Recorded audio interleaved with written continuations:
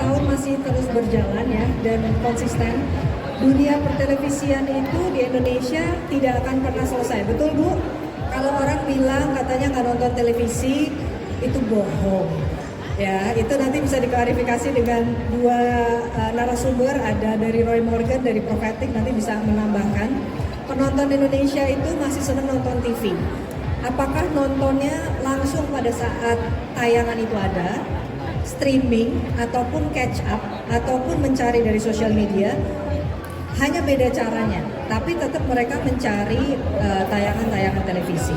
Sehingga kalau ditanya kenapa tetap bisa konsisten, karena pada dasarnya hiburan orang Indonesia, masyarakat Indonesia itu 280 juta orang. Kalau dibilang katanya semuanya pindah digital, itu salah. Justru hanya platformnya yang bergeser menjadi digital, karena memang sudah digital semua. Anyway, analog itu sudah tidak ada, sekarang sudah menjadi digital, apalagi sejak 2022. Jadi kalau bagaimana kita menjadi konsisten, saya rasa itu bukan sesuatu yang sulit. Itu nanti di pertanyaan ke Bu Ira ya, sebagai perwakilan dari Roy Morgan yang melakukan survei, apakah animonya berkurang dan lain-lain, itu Bu Ira yang akan bisa menjawab.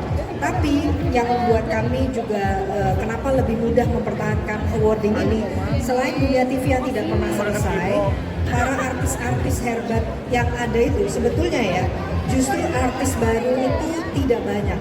Nah itu yang menarik. Yang bertahan adalah para, bukan saya nggak mau nyebutnya artis, tapi pelaku seni yang memang berlakunya itu dengan hati. Jadi kalau mereka memang, apakah mereka nyanyi, apakah mereka bermain sinetron, apakah mereka menjadi presenter, memang hatinya mereka suka ke sana. Yang membedakan kalau orang-orang yang tiba-tiba muncul dengan orientasi langsung uang, biasanya nggak panjang. Nah ini kalau bisa dilihat di belakang saya ini, orang-orang hebat ini ya. Ini orang-orang hebat yang udah jungkir balik makan asam garam, dihujat-hujat pun, tapi konsisten dengan profesi mereka, passionnya mereka. Nah biasanya orang-orang ini justru bertahan panjang, bukan hanya di televisi, tapi di dunia lainnya. Bedanya kalau sebaliknya, belum tentu yang orang-orang ini akan bisa bertahan lebih panjang. Kenapa? Karena masyarakat Indonesia tetap bagaimanapun menikmati televisi.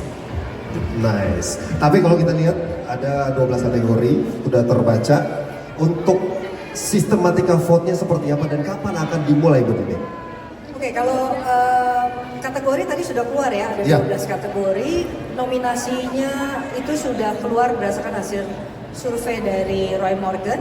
Votingnya dimulai hari ini sampai dengan nanti tanggal 7 Juli 23.59 ya. Jadi itu benar-benar terakhir untuk bisa voting. Votingnya itu melalui RCTI Plus, melalui Instagram, melalui Facebook, dan melalui satu lagi Facebook, 3 udah. RCTI Plus, Facebook, dan Instagram. Ya, jadi kenapa melalui platform-platform itu nanti hubungannya dengan Prophetic. Karena Prophetic yang akan melakukan filter-filter termasuk voting-voting yang sifatnya menggunakan mesin. Jadi mungkin untuk semua yang masuk di nominasi, kalau akan mengkaryakan voting yang baik, jangan menggunakan mesin. Karena itu sudah pasti otomatis terbuang. Itu satu. Kedua, setelah terbuang dari Prophetic, akan dikurasi lagi oleh auditor. Ini independent auditor, sehingga kalau kelihatan ada yang mereka bisa melihat tuh double account gitu ya. Karena itu ada ketentuannya 1 hari 1 kali vote dan lain-lain. Kalau lewat hari pun akan kelihatan. Nah itu biasanya dari teman-teman belakang layar yang melakukan kurasi audit dengan para auditor, itu sakit kepalanya di sana. Makanya kalau ditanya kenapa tutupnya tanggal 7, padahal acara baru tanggal 10. Karena biasanya kurasi ini sama auditor tuh minimal 2 hari, maksimal bisa 3 hari. Jadi seringkali kita bikin acara tanggal 10 pagi baru selesai auditor ini, dan selesai jam 3 pagi gitu ya. Karena memang sedetail itu untuk Indonesia Television.